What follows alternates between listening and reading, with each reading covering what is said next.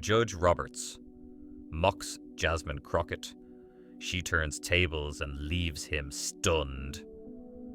The federal courthouse in Washington, D.C. buzzed with tension as Congresswoman Jasmine Crockett approached the witness table.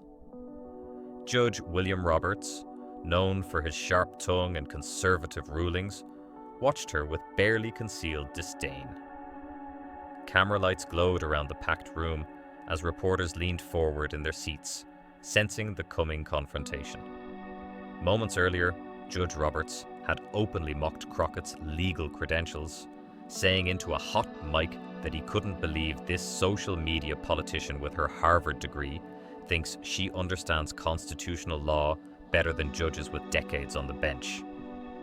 The comment, caught clearly on C-SPAN cameras, had sent shockwaves through the hearing room. No one expected what happened next. Instead of becoming defensive or angry, Crockett smiled slightly as she organized her documents. When she finally looked up and spoke, her voice was calm but carried to every corner of the suddenly silent room. She didn't just respond to Roberts' insult, she systematically dismantled his entire legal record with such precision that by the time she finished, the once arrogant judge sat speechless, his face drained of color. This wasn't just another congressional hearing. It was the moment Jasmine Crockett showed America what happens when you underestimate a woman who came prepared to win. If you want to see more incredible political showdowns like this one, make sure to hit that like button and subscribe to our channel right now.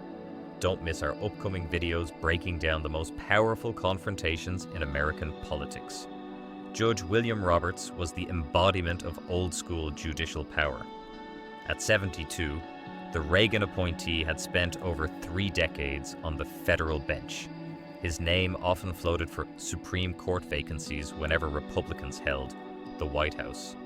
With his silver hair always perfectly combed, his wire-rimmed glasses perched precisely on his nose, and his reputation for writing scathing opinions, Roberts was feared even by veteran attorneys who appeared before him. Today's Judiciary Committee oversight hearing on federal courts had brought him face-to-face with Congresswoman Jasmine Crockett, who at 42 was building a reputation as one of the most formidable questioners in Congress. The former civil rights attorney from Texas had only been in Congress for her first term, but videos of her precise, lawyer-like questioning had already gone viral multiple times.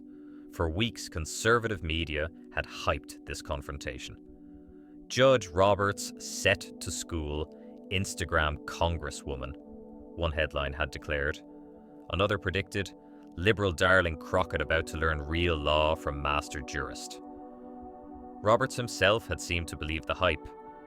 Known for rarely giving interviews, he had made an exception the previous week, appearing on a conservative talk show where he'd suggested that some new members of Congress should review basic constitutional principles before questioning federal judges. The hearing room was filled beyond capacity. Law students had lined up before dawn to get seats.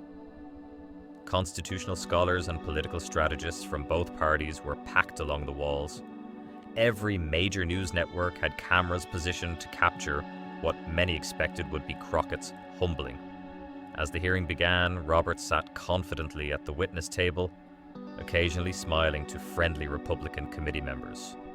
When Chairman Thompson introduced him as one of America's most distinguished jurists, Roberts nodded with practiced humility.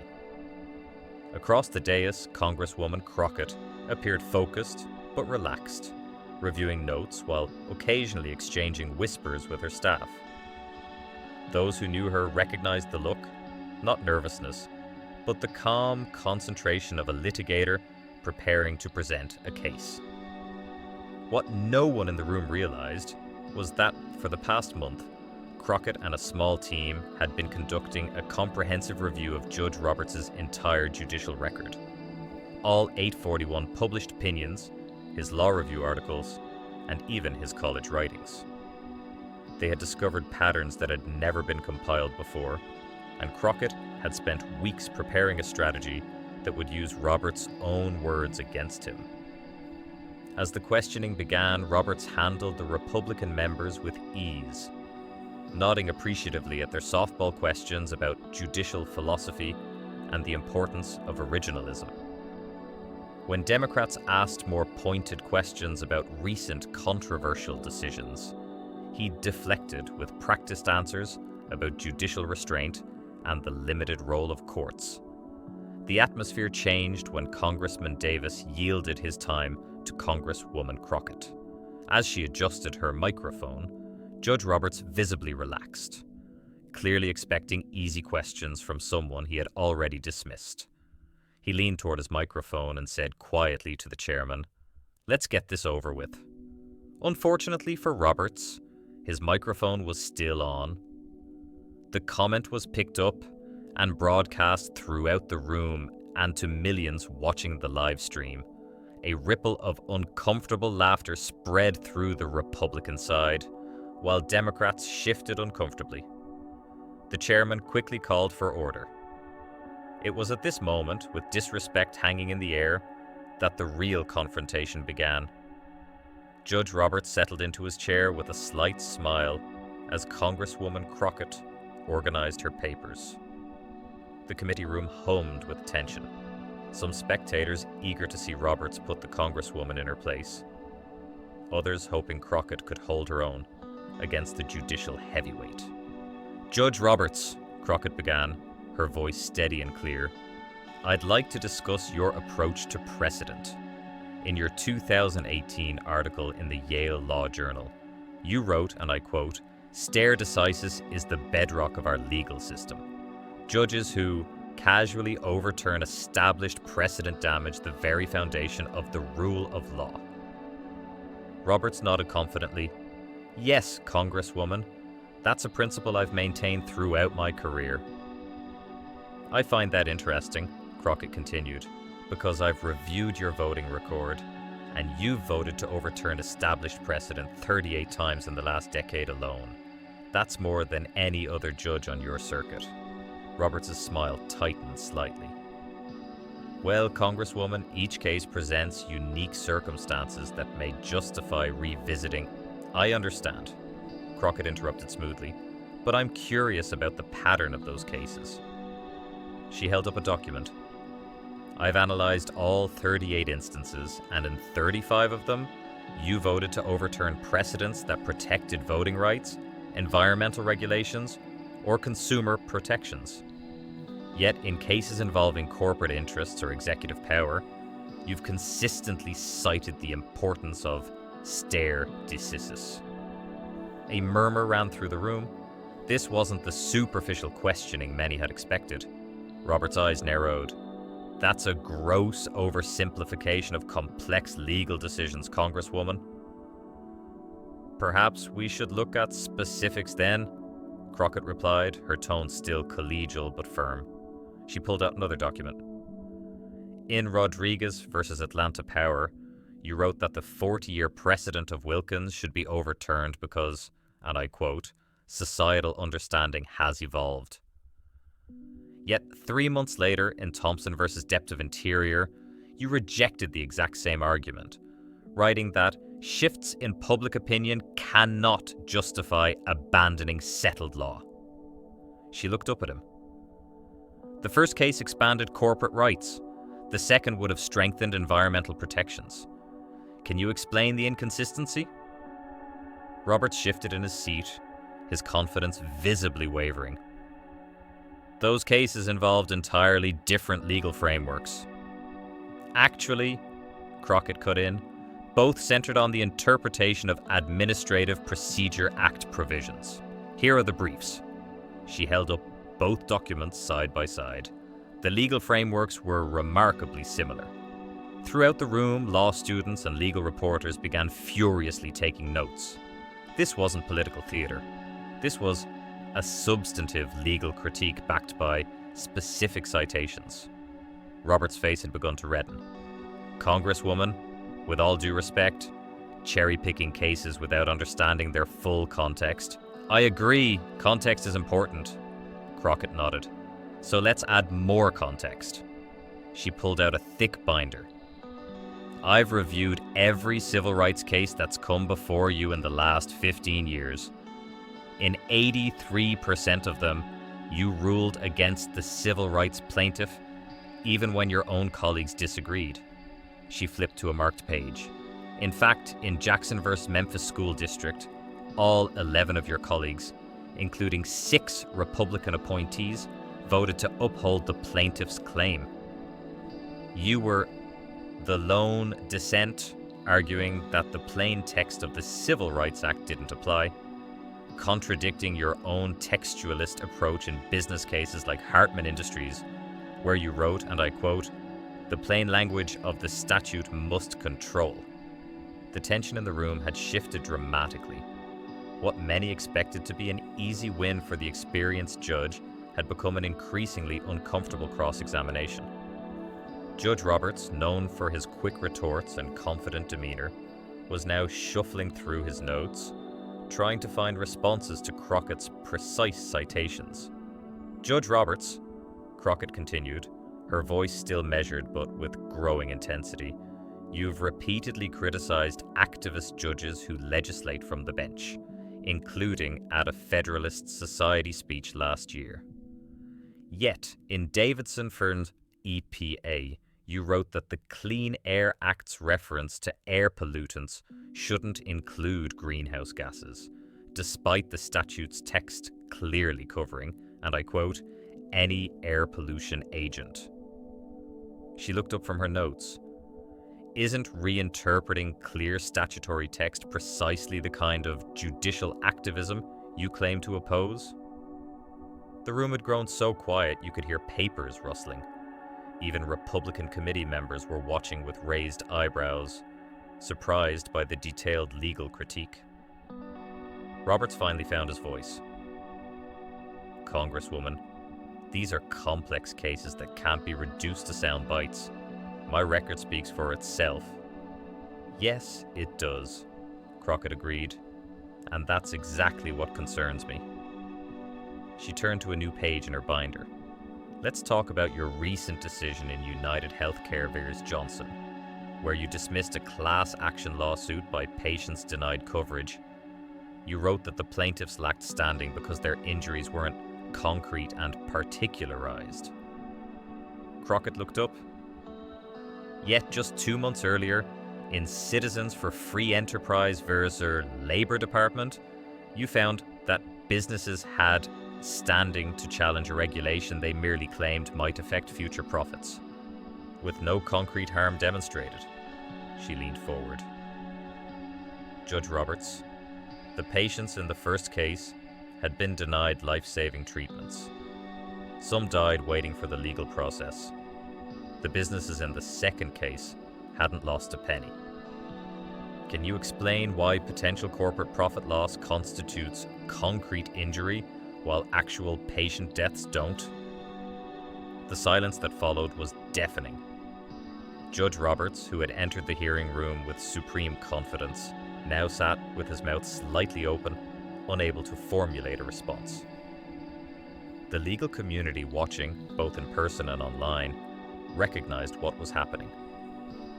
This wasn't political grandstanding. This was a systematic exposure of a pattern that, when laid bare, revealed troubling inconsistencies in Roberts' judicial philosophy. Finally, Roberts spoke, his voice notably less confident. "The legal standards for standing are well established." "They certainly are," Crockett interrupted. "And you've applied them differently depending on who's before your court." She closed her binder and looked directly at the judge. "You know, earlier today you suggested I might not understand constitutional law. But with all due respect, Judge Roberts, understanding the Constitution means applying its principles consistently, not just when it aligns with your preferred outcomes." The atmosphere in the hearing room had transformed completely. The chairman checked his watch, aware that Crockett's 5 minutes had already extended to nearly 8. But no one, not even the Republican members, moved to cut her off. They were witnessing something remarkable, a federal judge known for his sharp legal mind being systematically outmaneuvered on his own territory. "One final question, Judge Roberts," Crockett said, her voice now carrying an unmistakable authority. "In your confirmation hearing 34 years ago, you promised the Senate that you would, and I quote, apply the law equally to all Americans, regardless of their background or beliefs. Based on the patterns in your decisions that I've outlined today, do you believe you've kept that promise?" The question hung in the air. Judge Roberts stared at Congresswoman Crockett, his usual judicial composure completely abandoned. After several seconds of silence, he finally managed to say, "I believe I have followed my oath to uphold the Constitution." Crockett nodded. "The record suggests otherwise, Judge, and unlike your opinions about my qualifications, my assessment is based on evidence, not assumptions." She gathered her papers as cameras clicked rapidly throughout the room. "I yield back, Mr. Chairman." The silence lasted only seconds before the room erupted with whispers and the frantic typing of reporters. The chairman, clearly stunned himself, took a moment before announcing a 10-minute recess.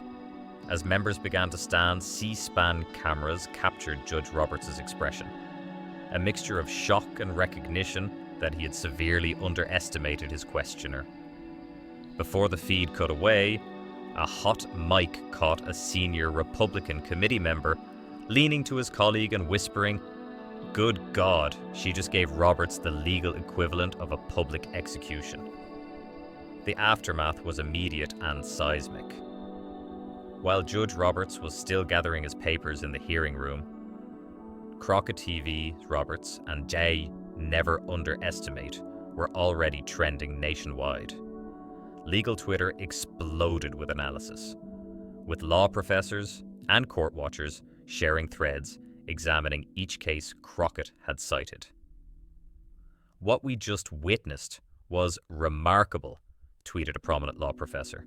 "Not just political theater, but a substantive legal critique that exposed genuine inconsistencies in a federal judge's jurisprudence. This is what oversight should look like." CNN cut to a panel of legal experts before the hearing even resumed. "I've been covering federal courts for 20 years, said their legal analyst, "and I've never seen a judge's record dissected so effectively in a congressional hearing.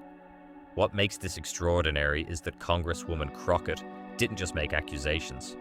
She came with receipts, citing specific cases and language from Roberts' own opinions." Outside the hearing room, reporters swarmed Crockett as she stepped into the hallway. Cameras flashed as she maintained her composure.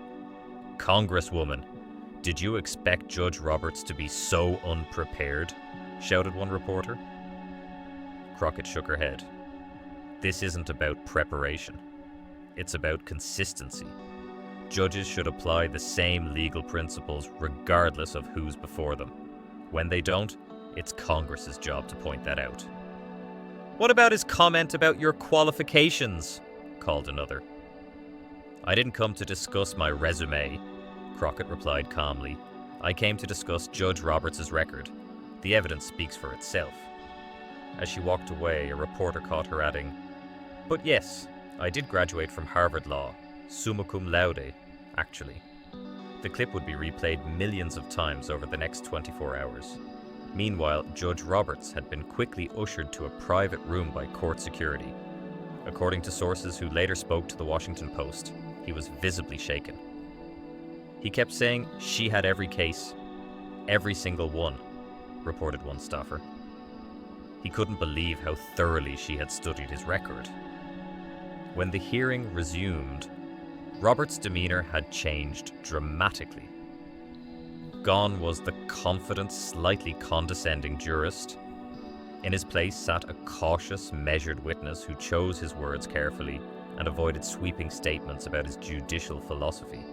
On social media, the reaction split predictably along partisan lines, but with a notable difference. Legal experts from across the political spectrum acknowledged the substance of Crockett's questioning. Agree or disagree with her politics, Rep. Crockett just delivered a masterclass in how to question a witness, wrote a conservative legal scholar. She came prepared with specific evidence, not general accusations. A liberal court watcher tweeted, "This wasn't a gotcha moment. This was methodical exposure of a judicial record that doesn't match the judge's stated principles. Every law school should show this clip in their advocacy courses." Fox News attempted to frame the exchange as disrespectful, but even their legal correspondent admitted Congresswoman Crockett came extraordinarily well prepared. She cited specific cases and quotes that Judge Roberts struggled to explain. By evening, the New York Times had published an analysis of the cases Crockett cited, confirming her characterizations were accurate. The Wall Street Journal ran a piece titled "The Congresswoman Who Did Her Homework," noting that Crockett had exposed patterns in Roberts' jurisprudence that had never been comprehensively analyzed before. Crockett made one appearance that evening on MSNBC. Unlike the heated atmosphere of the hearing, she was measured and professional. "Today wasn't about embarrassing Judge Roberts," she explained. "It was about accountability. Federal judges have lifetime appointments and enormous power. When they apply different standards depending on who's before them, it undermines public trust in our courts." When asked if she had been surprised by Roberts' initial dismissiveness, Crockett smiled slightly. "Unfortunately, no.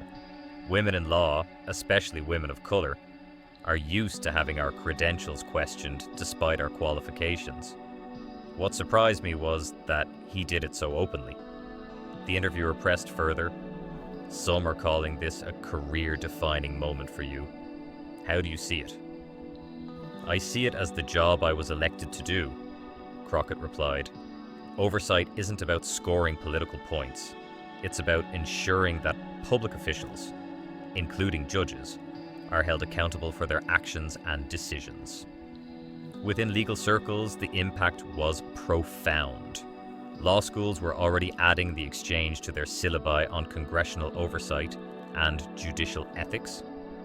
The American Bar Association announced it would conduct a review of inconsistent application of legal standards across federal circuits, something advocacy groups had been requesting for years without success. For Judge Roberts, the consequences were equally significant.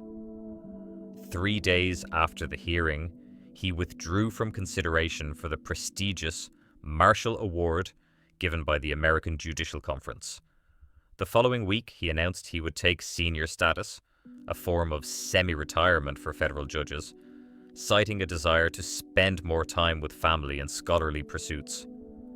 Legal experts recognized this for what it was: a judge whose carefully constructed reputation had been irreparably damaged choosing to step back from the spotlight. As one court watcher put it, Roberts spent decades projecting an image of principled jurisprudence. Congresswoman Crockett needed just 8 minutes to show it was merely an image. Perhaps most significantly, 2 cases pending before Judge Roberts' court, both involving questions of standing for environmental plaintiffs, were suddenly decided in the plaintiffs' favor, with Roberts writing opinions that explicitly applied the same standards he had previously reserved for corporate litigants. A month after the hearing, enrollment in law schools saw a notable uptick in applications from women of color, with many citing Crockett's performance as inspiration. "Seeing her hold a federal judge accountable made me realize there's a place for voices like mine in the legal system," wrote one applicant in her personal statement. For Crockett, the exchange marked a turning point in her already rising career. She had entered Congress as a promising freshman representative.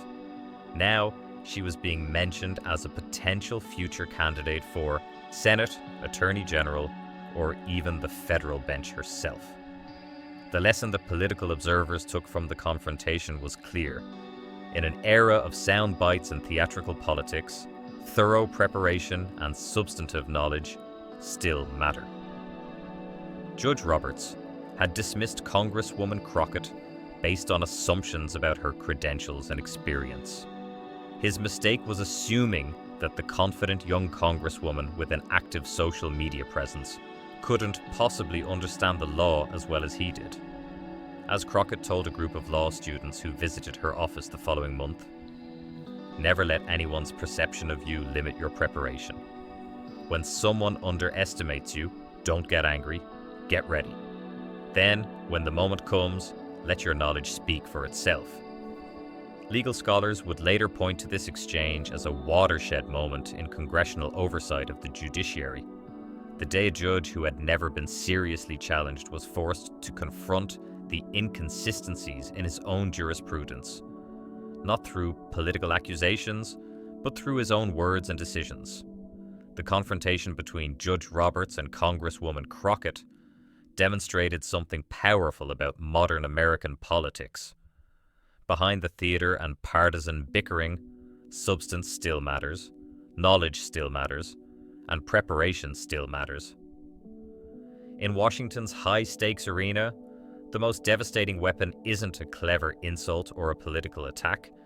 It's the calm presentation of undeniable facts that expose the gap between someone's words and their actions. And that's the story of how Congresswoman Jasmine Crockett turned the tables on Judge Roberts, transforming what was supposed to be her public humiliation into one of the most effective exercises of congressional oversight in recent memory. If you found this breakdown of this incredible political confrontation valuable, don't forget to like this video and subscribe to our channel for more in-depth analysis of the moments that shape American politics. Hit that notification bell so you'll be the first to know when we release our upcoming video, 5 times Preparation Changed Political History. Thanks for watching, and remember, in politics, as in life, never underestimate the power of doing your homework.